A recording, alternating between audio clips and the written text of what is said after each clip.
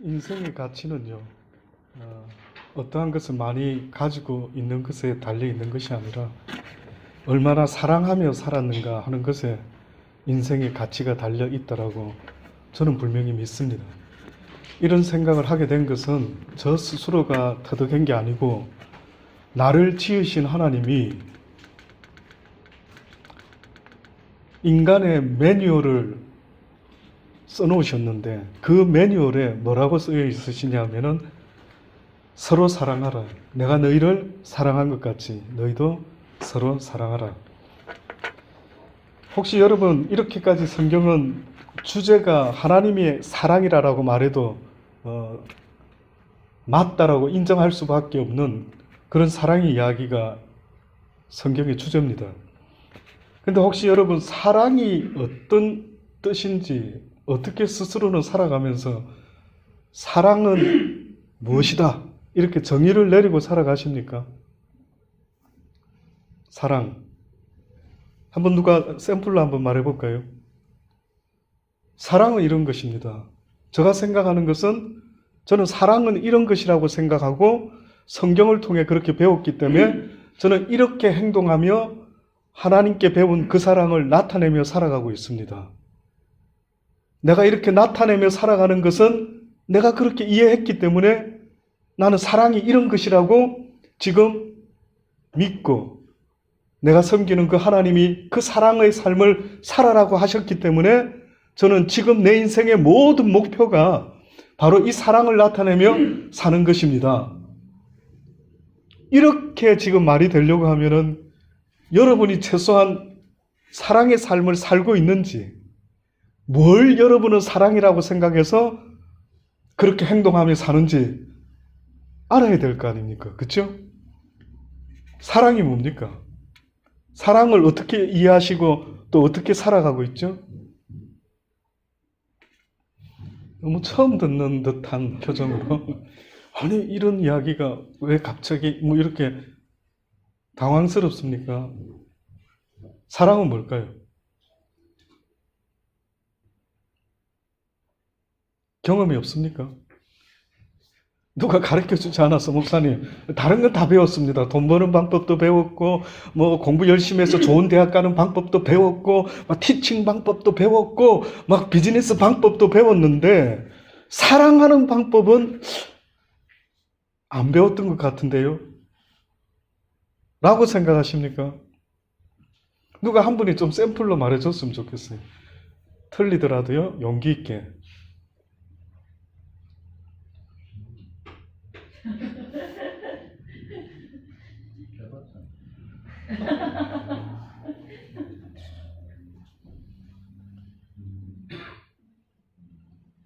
아직 결혼 안 한 분은 제가 묻기가 좀 부담스럽습니다.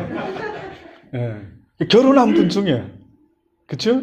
어떻게 보면 결혼하신 분들 중에는 사랑은 목사님 이런 겁니다.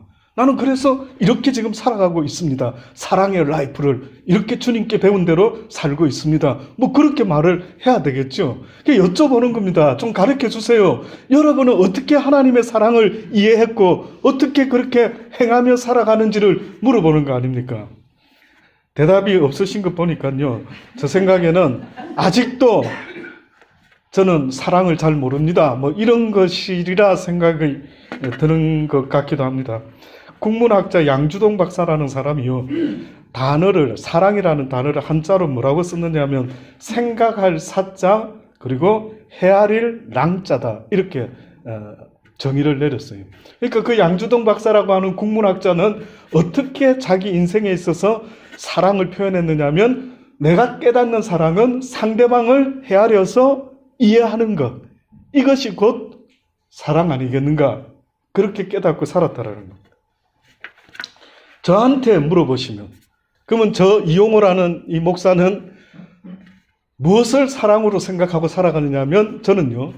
저에게 누군가가 짜장면을 사주면 저는 이 사람이 나를 사랑하는구나. 저는 깨닫습니다. 저는 깨닫습니다. 한 번도 안 사준 사람은 저 사람은 나를 사랑하지는 않는갑다.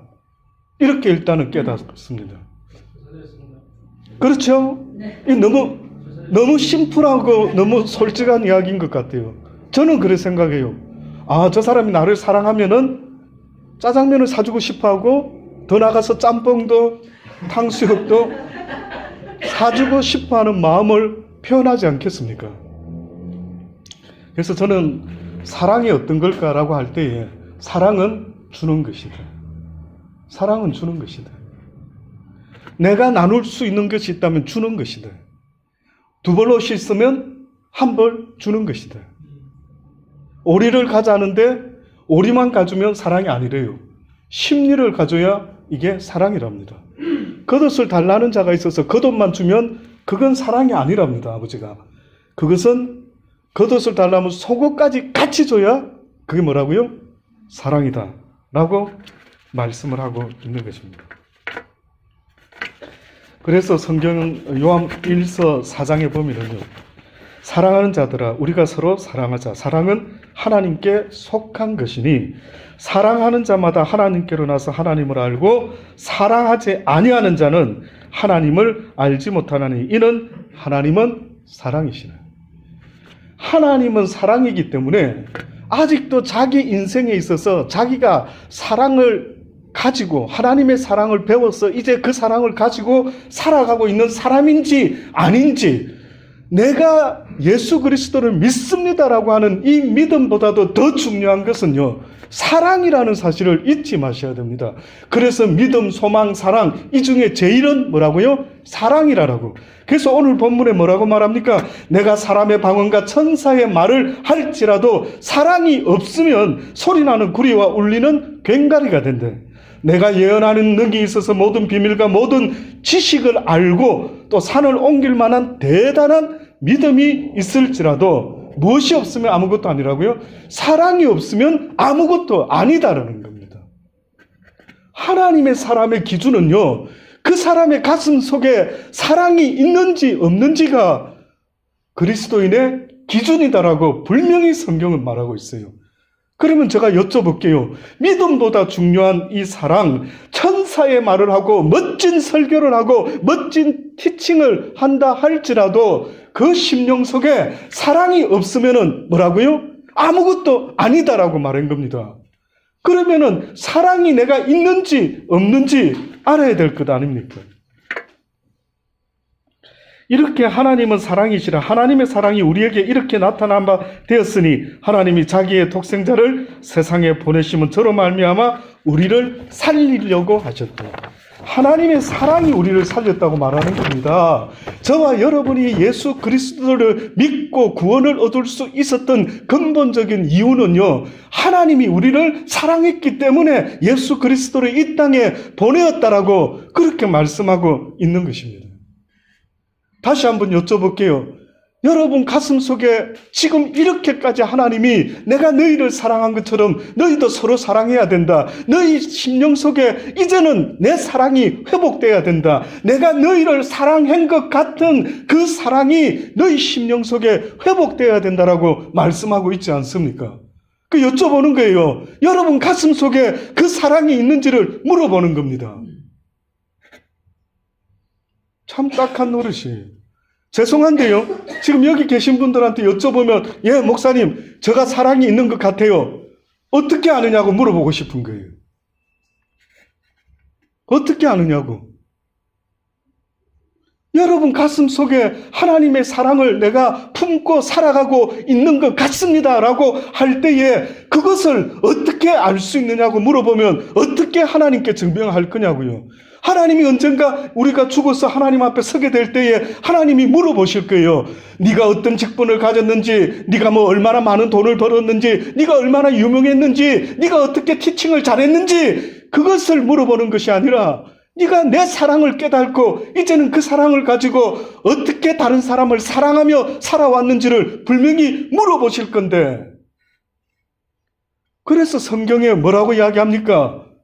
주여 주여 하는 자마다 천국에 가는 것이 아니요 하늘에 계신 내 아버지의 뜻대로 행해야 되는데, 너희가 아무리 하늘에서 불을 내리고 귀신을 쫓고 권세를 행한다 할지라도 나는 너희를 도무지 알지 못한다. 이 불법을 행한 자들은 왜 그 사람들이 불법을 행했다라는 소리를 들었습니까?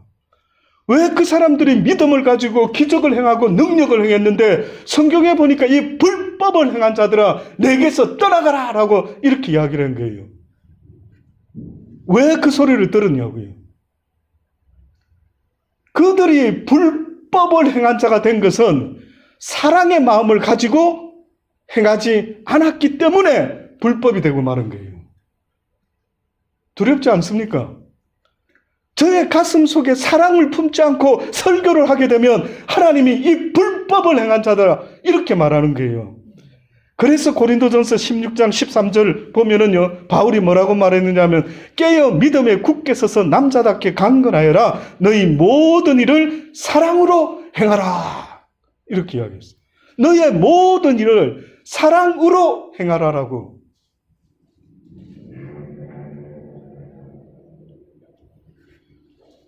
사랑으로 행하지 않으면요, 모든 게 다 불법인 겁니다.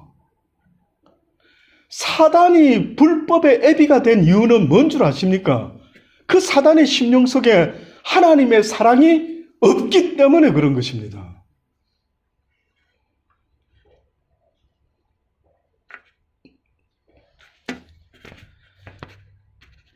그래서 이렇게 또 말씀합니다. 요한복음 15장 9절로부터 보면은요, 아버지께서 나를 사랑하신 것 같이 나도 너희를 사랑하였으니 나의 사랑 안에 거하라. 내가 아버지의 계명을 지켜서 그의 사랑 안에 거하는 것 같이 너희도 내 계명을 지키면 내 사랑 안에 거하리라. 예수님도 지금 뭐라고 말씀하셨냐면 내가 하나님의 사랑 안에 거하고 싶어서 나 역시도 하나님의 계명을 지켰다. 이렇게 말씀하고 있어요. 그러니 너희도 하나님의 사랑 안에 내 사랑 안에 거하기를 원하면 하나님의 그 구원의 사랑 안에 거하고 싶으면은 믿습니다. 이렇게 말하는 걸 말하는 게 아니에요. 너도 진정 그 하나님의 구원의 사랑 안에 거하고 싶으면은 어떻게 해야 된다고요? 하나님의 계명을 지켜라. 그래서 그 계명이 뭔가 보니 뭐라고요? 우리가 누누이 들은 이야기. 이것이 온 율법과 선지자의 강령이다라고 하면서 하신 말씀. 하나님을 사랑하되 마음과 목숨과 힘과 뜻을 다하여 주 너의 하나님을 사랑하라. 그리고 또한 이와 같은 것이니 내 이웃을 어떻게 해요? 내 몸과 같이 사랑하라.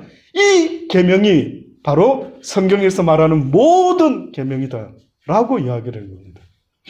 그러니 결국은 우리가 예수 그리스도를 믿습니다. 제자본 공부, 무슨 공부, 가정교회 무슨 세미나 뭘 해도 상관없는데 결국 그 사람의 삶 속에서 하나님을 사랑하는 그 마음이 내 이웃 사랑으로 나타나지 않으면 어떻게 된다고요? 거짓말이다. 가짜다. 가짜입니다. 가짜.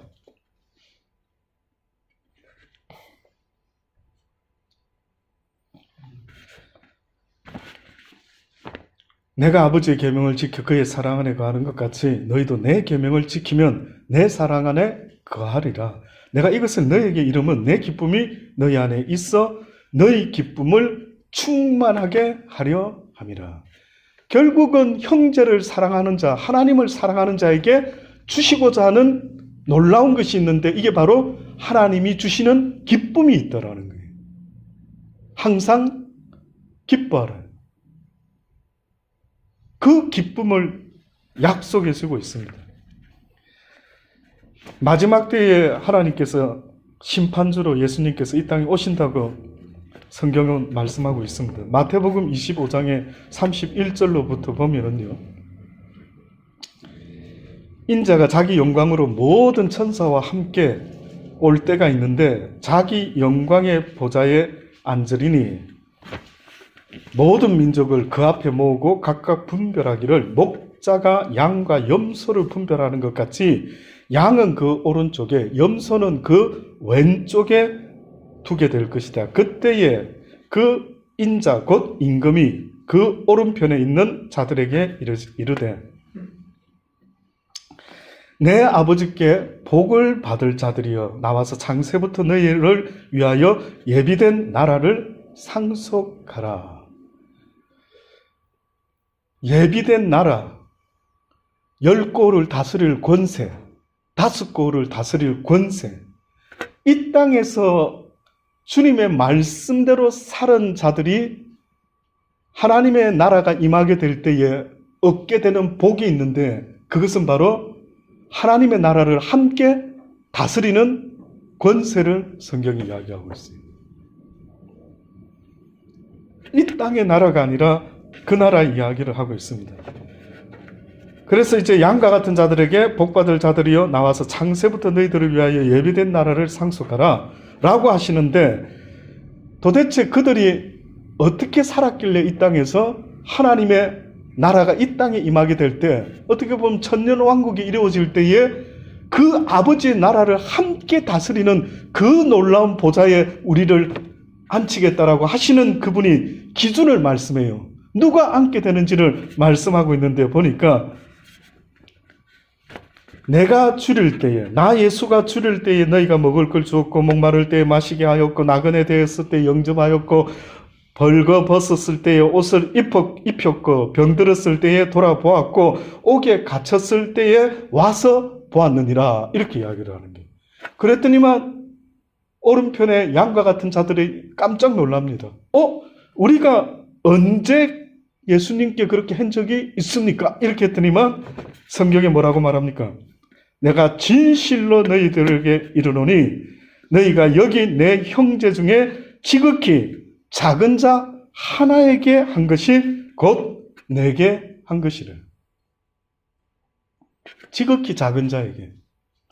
또 왼편에 있는 자들에게 이 저주를 받은 자들아, 나를 떠난 마귀와 그 사자들을 위하여 예비된 영원한 불에 들어가라. 그랬더니만 왜 우리가 글로 들어가야 됩니까? 우리가 뭘 잘못했습니까? 라고 하니 똑같이 말씀하는 겁니다.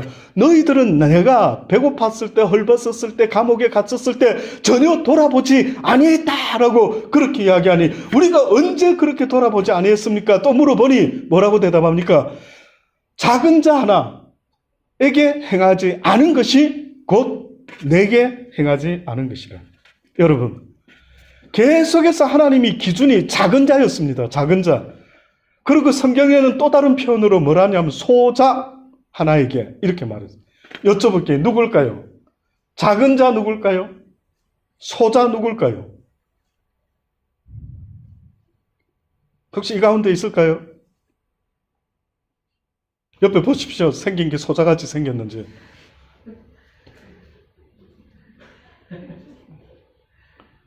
없는 것 같습니까? 중요할 거 아닙니까?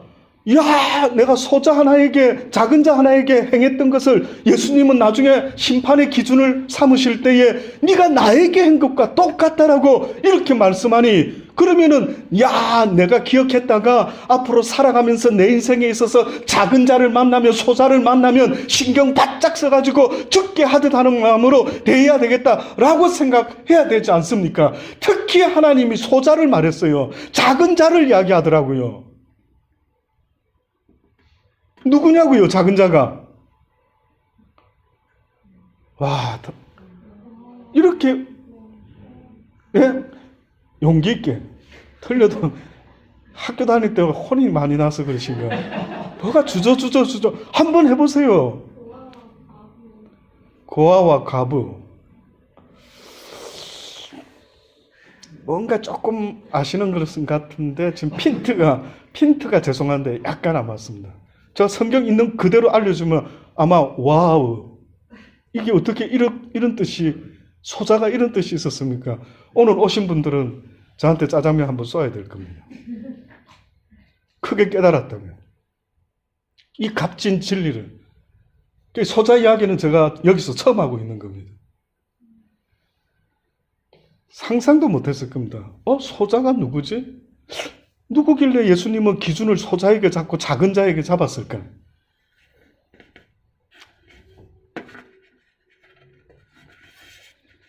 마가복음 2장 5절에 보면은요, 우리가 잘 아는 이야기 나옵니다. 중풍병자 이야기 나옵니다. 중풍병자 이야기가 나오는데, 중풍병 병자, 중풍이 들린 사람을 친구들이 예수님께 데리만 가면은 분명히 내 친구가 치료될 수 있을 것이다 라고 믿어 의심치 아니하고 예수님이 설교를 하고 있는데 너무 사람이 많으니까 가까이 오지를 못하고 어떤 방법을 택합니까? 지붕을 뜯은 겁니다.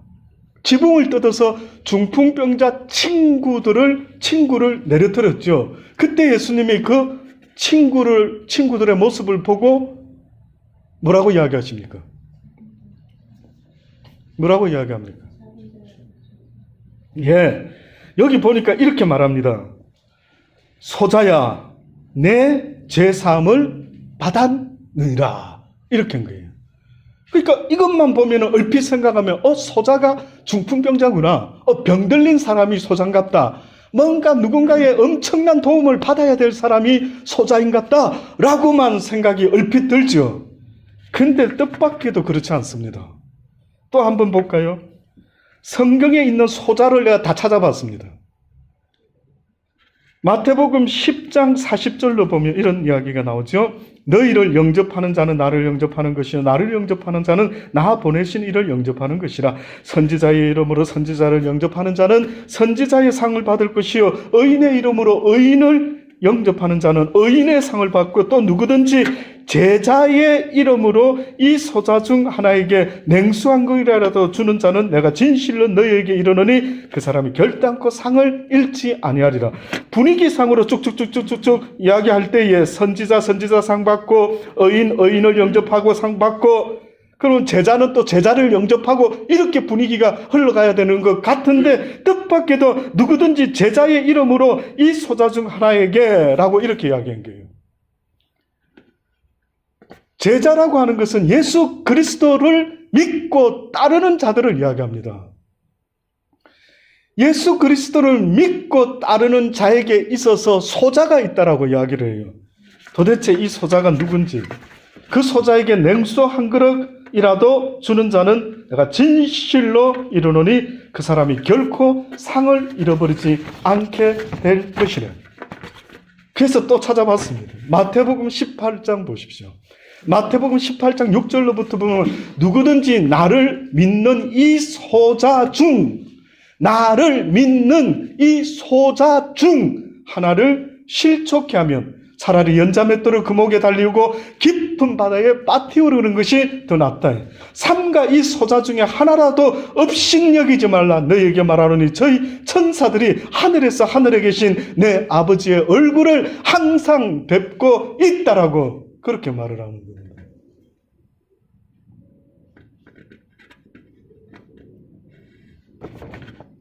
바울이 예수 믿기 전에는 자기 이름이 뭐였습니까?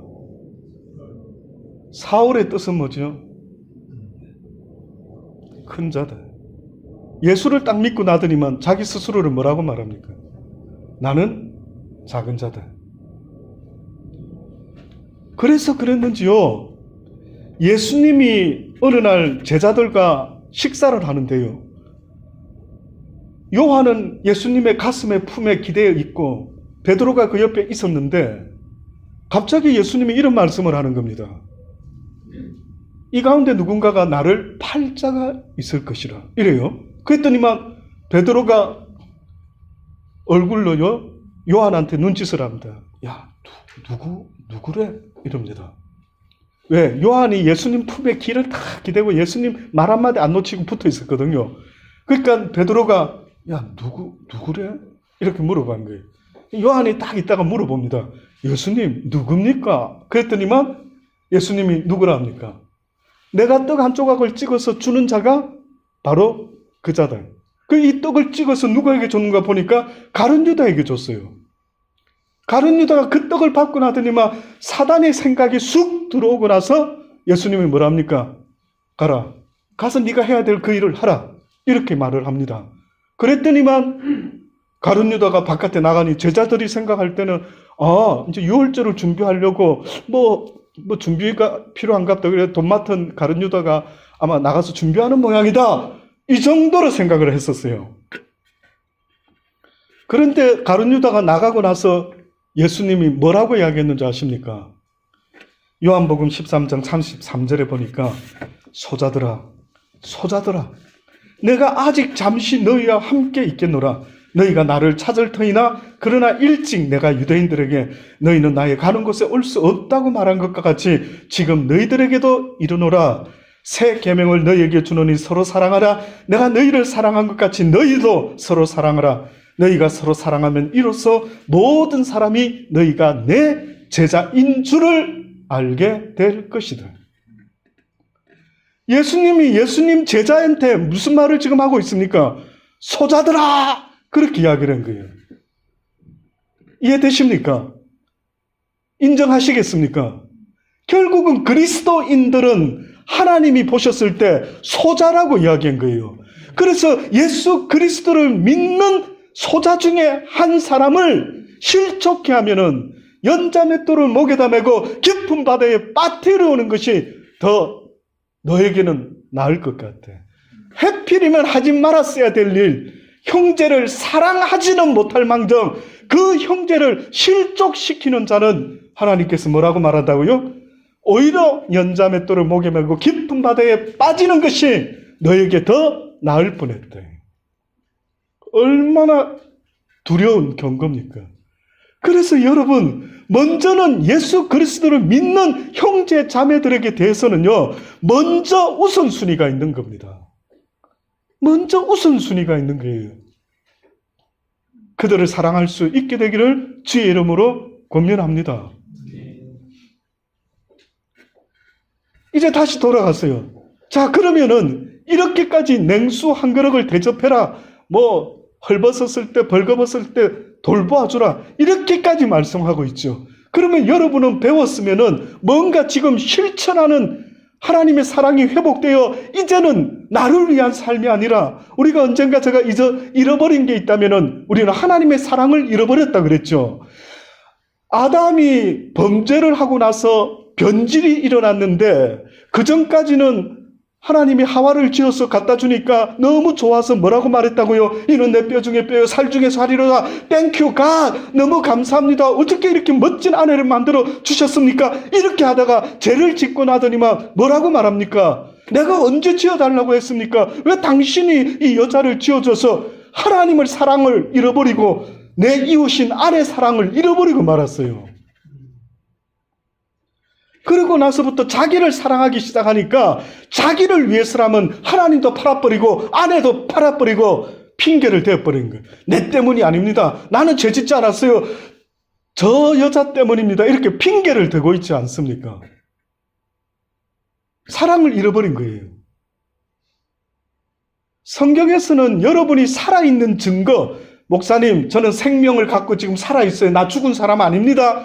그 증거를 보이라는 거예요. 하나님이 네가 살아있는 것 같으나 실상은 죽은 자가 아니라면은 네가 살아있는 자라면 생명이 있는 자라면 생명이 나타낼 수 있는 하나님의 향기를 회복한 자란다면 그걸 나타내라는 거예요.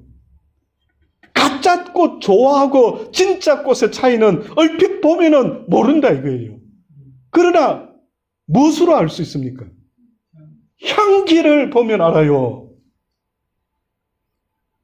무슨 향기를 품고 살아가고 있습니까?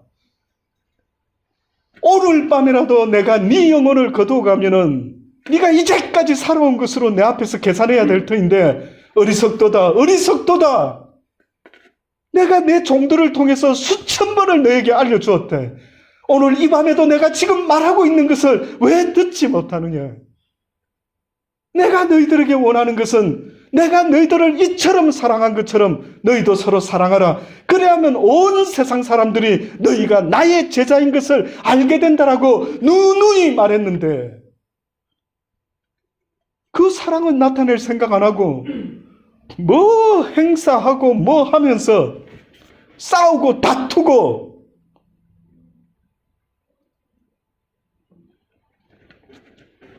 그런 식으로 할 것 같으면 멈춰라. 주의 일을 한다고 하면서 막 지적하고 막 뭐라고 하고 어쩌고 저쩌고 싸우고 다투면서 교회 일을 한다라고 하면은요 심히 하나님이 코미디하고 있다라고 말하는 거예요.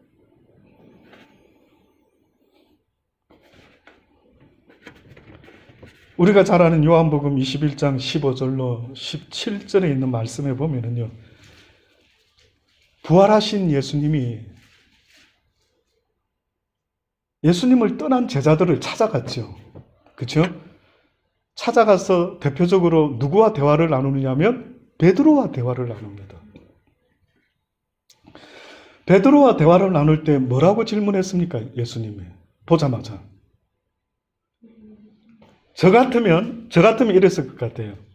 제가 만약에 예수님 역할을 하고 우리 임 대표가 만약에 베드로 역할을 만약에 한다면은, 자, 이제 제가 어려울 때 저를 배신하고 떠났어요. 배신하고 떠났습니다. 그래서 제가 이제 드디어 나타났어요. 사라졌다가 한국에 갔다가 드디어 나타난 겁니다. 딱 나타났는데 저 같으면 이렇게 했죠. 배신자. 내가 언젠가 살아있는 날 동안 기어코 그 배신에 대해서 갚아주리라. 저주를 퍼부으며 그대의 인생에 넘어지는 날이 오면 내가 꽉 가서 눌려주리라. 뭐 이러면서 예, 뭐 그러면서 그죠? 중국 무협지 같이 뭐 어쨌든 복수의 복수를 뭐 분명히 저 같으면 어떻게 보면 그럴 수 있을 것 같아요. 근데 한번 생각해 보세요. 뜻밖의 예수님이요, 딱 만나자마자 물어보시는데 그걸 뭘 어떻게 물어봤느냐면 네가 나를 사랑하느냐, 이걸 물어본 거예요. 그러면 그 전의 모습은 어떤 모습이었다? 네가 나를 사랑하지 못했다. 나는 지금 너한테 이때까지 너를 3년 반 동안 데리고 다니면서 가르친 게 하나님을 사랑해라는 걸 가르쳤고, 또한 나를 그렇게 사랑해야 된다라고, 내가 아버지의 계명을 지킴으로 내가 아버지 안에 있고 아버지가 내 안에 있어서 그 사랑이 내 안에서 온전히 이루어진 것처럼 너희도 내 안에서 온전히 그 사랑이 이루어지기를 원하는 마음으로 사랑을 가르쳤건만, 네가 그 사랑은 도대체 어디 팔아먹고 어떻게 배신을 할 수가 있었느냐, 이래 물어본 거죠. 그 물어본 게 하필이면 네가 나를 사랑하느냐. 특히 뭐라고 표현했냐면 이 사람들보다 네가 나를 진짜로 사랑한다고 생각하느냐. 왜냐하면 베드로는요, 예수님이 십자가에 달린다라고 할 때 뭐라고 외쳤느냐면, 안 됩니다. 누가 우리 예수님을 십자가에 답니까? 내 용서치 아니하리라. 누가 내 사랑하는 주님을 건드려, 자식들, 뭐 이러고 막 흥분을 했던 겁니다. 그 남들보다 자기가 굉장히 예수님을 사랑하는 것처럼 비춰졌어요. 그런데 배신을 때린 거죠. 그 주님이 물어보시는 겁니다. 네가 진짜로 이 사람들보다 나를 더 사랑했던 것이 맞느냐라고 물어본 거예요. 지금도 하나님은 우리에게 물어보고 싶으신 거예요. 네가 이제 나를 알았다고 한다면, 내 계명을 이제 배웠다고 한다면, 이제 그 계명을 지킨다고 한다면, 하나님을 사랑하는 자, 곧 눈에 보이는 너의 형제를 사랑하지 못하고서 어찌 눈에 보이지 아니하는 하나님을 사랑한다라고 말할 수 있겠느냐. 왜 사랑을 표현 안 합니까? 여러분이 사랑을 표현 안 하면 저가 어떻게 알 수가 있는데요. 저가 여러분이 짜장면을 안 사주면 어떻게 저가 여러분이 나를 좋아하는 줄 어떻게 압니까? 예수님도 기준이 소자 하나에게 냉수 한 그릇 대접해라라고 말하지 않습니까? 제가 어느 날 옛날에 연합교회에 있었는데요, 청년들에게 뭘 가르쳤는지 아십니까? 청년들한테 이렇게 가르쳤습니다. 제가 전도사 시절에 우리 집에 오는 사람들 절대 빈손으로 오지 마라 그랬어요. 꼭 문 앞에서 내가 뭘 들고 왔는지 확인하고 우리 집에 들어오라고 할 테니까 우리 집에 방문하는 사람은 절대 빈손으로 오지 마라. 저 그랬어요. 도대체 베푸는 법을 못 배운 거예요. 세상 사람도 누구 집에 찾아가면은 뭔가를 싸들고 가지 않습니까? 근데 교회 다니는 청년들이요, 그런 걸 할 줄을 모르는 거예요. 당연히 자신들을 가르쳐주는 목사와 전도사와 그 스승에게 당연히 해야 될 것조차도 못하면서 어디 가서 예수 믿습니다라고 말하는 그들의 모습이 자칫하면 위선자가 될 것 같아서 제가 그렇게 말했죠. 우리 집에 오는 사람 빈손으로 오지 말아라. 그래서 어느 날요, 제가 한때 또 다른 교회 섬겼을 때에 성가대를 했던 적이 있습니다. 제가 원래 처음에 전공이 고신대학에서 종교음악 성악을 전공했어요. 근데 성가대를 가르쳤는데 그 중에 노총각 어느 집사님이 계셨어요. 나이가 30 한 중반쯤 된 분이었어요. 그분이 저한테 전도사님, 저 노래 너무 잘하고 싶고 성가대에 서고 싶은데 찬양을 좀 가르쳐 주십시오. 그러더라고요. 그래서 오케이, 가르쳐 준다고. 페이를 시간당 얼마면 될까요? 그래서 제가 괜찮다고. 제가 시간 날 때 가르쳐 드릴 테니 오시라고. 근데 그분이 올 때 보니까 빈손으로 안 오고 뭘 사가지고 왔더라고요. 놀라지 마십시오. 우리 집에 쉐어생이 그때 하나 있었는데 아이스 케이크 3개를 사가지고 왔더라고요. 4개, 5개도 아니고 그 가족 수대로 딱 하나만 먹으라고 하나씩을 사왔더라고요. 기가 막혔습니다. 그 표현은 못하겠고,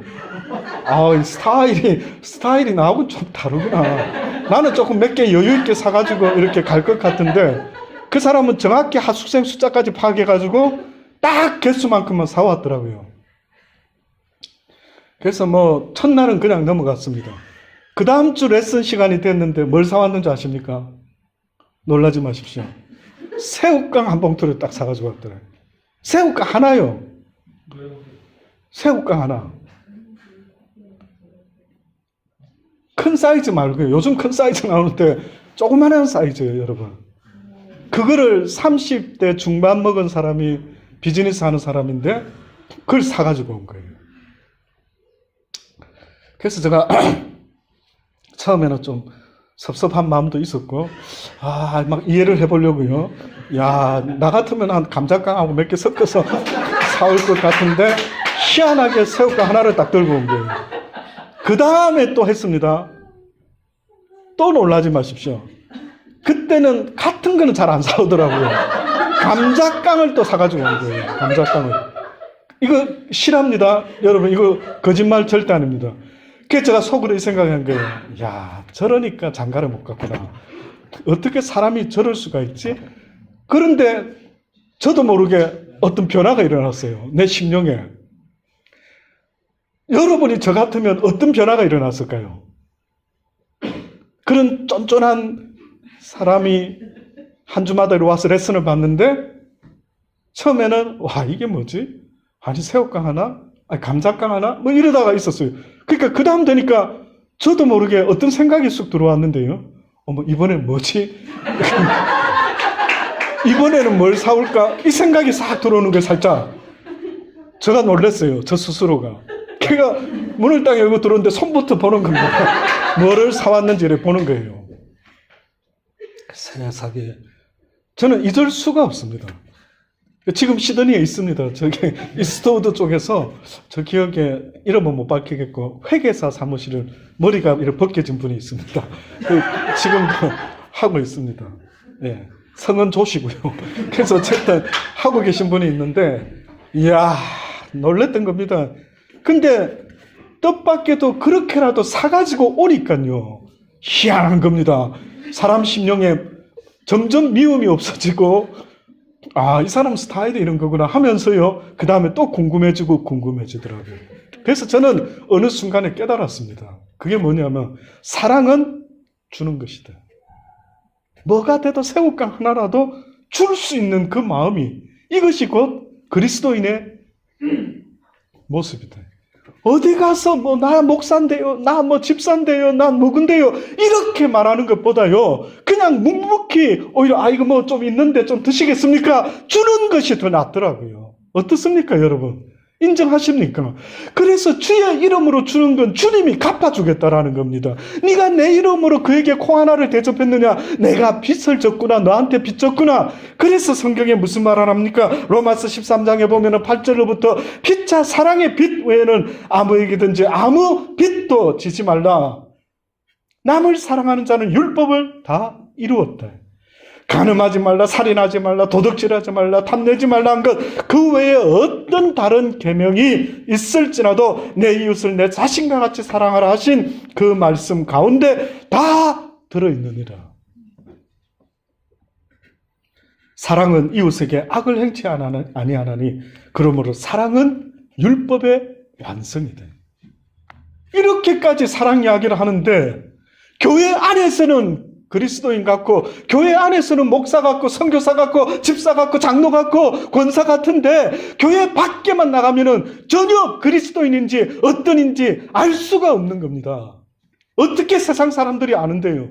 어떻게 압니까? 그래서 하나님은 선한 사마리아인이 되라는 거예요. 너하고 관계없는 사람이 피 흘려 강도 만나 죽어가고 있으면은 그를 만나면 네 형제 부모같이 어떻게 해주라? 도와주어라고 말합니다. 그래 해야만이 세상 사람들이 너희가 내 제자인 것을 알게 될 것이다라고 말씀하고 있는 것입니다. 생각하세요. 지금이라도 생각을 하시기를 바랍니다. 아, 내가 누구한테 뭘 사주고 싶었는데 그때 시간이 없어서 내일이라도 꼭 이 밤이라도 사줘야 되는 겁니다. 그 소자에게 냉수 한 그릇 대접한 것, 이걸 내가 잊지 않겠다라고 말씀한 겁니다. 그래서 저는 여러분이요, 목사님 은혜 받았습니다, 그런 소리 하지 마십시오. 짜장면으로 표현하시기 바랍니다. 말로 하지 마세요, 제발. 예? 어찌 이리 뻔뻔합니까? 왜 말로 합니까? 예? 입술로만으로 사랑을 이야기하지 말라고 성경이 누누이 말했는데 자기는 말로만, 돈 안 되는 말로만 목사님 어쩌고 저쩌고 하는 거예요. 악하다. 심히 악하다. 아직 한 번도 저한테 짜장면 안 사주신 분들 오늘 이 밤에 회개 기도가 일어날 수 있게 되기를 개인적으로 권면합니다. 기도하십니다. 아버지, 그렇습니다. 사랑은 너무나 어떤 것인지 잘 알면서도 입술로만 사랑을 이야기하고 있는 우리의 삶이 아닌지 주님 돌아보기를 원합니다. 소자 하나에게 행한 것이 곧 내게 행한 것이라고, 예수 믿는 하나님의 사람들에게 행한 그것이 곧 죽게 행한 것이라고 이렇게까지 말씀하셨건만 아직도 예수 믿는 형제 자매들을 사랑치 못하고 어떻게 예수님을 알지 못하는 원수들을 사랑할 수가 있겠습니까? 우리에게 다시 한번 그 마음을 주시고, 그래서 이제는 말과 혀로만 사랑하지 아니하고 내 삶 가운데 실제적으로 주님이 예수 그리스도를 우리에게 보내주시고 하나님의 사랑을 우리에게 이렇게 확증해 주신 것처럼 우리도 주님 앞에 섰을 때 내가 주님을 얼마나 사랑했는지 주여 내 사랑을 보셨습니까? 라고 확증할 수 있는 일들이 있게 하여 주옵소서. 예수님의 이름으로 기도합니다.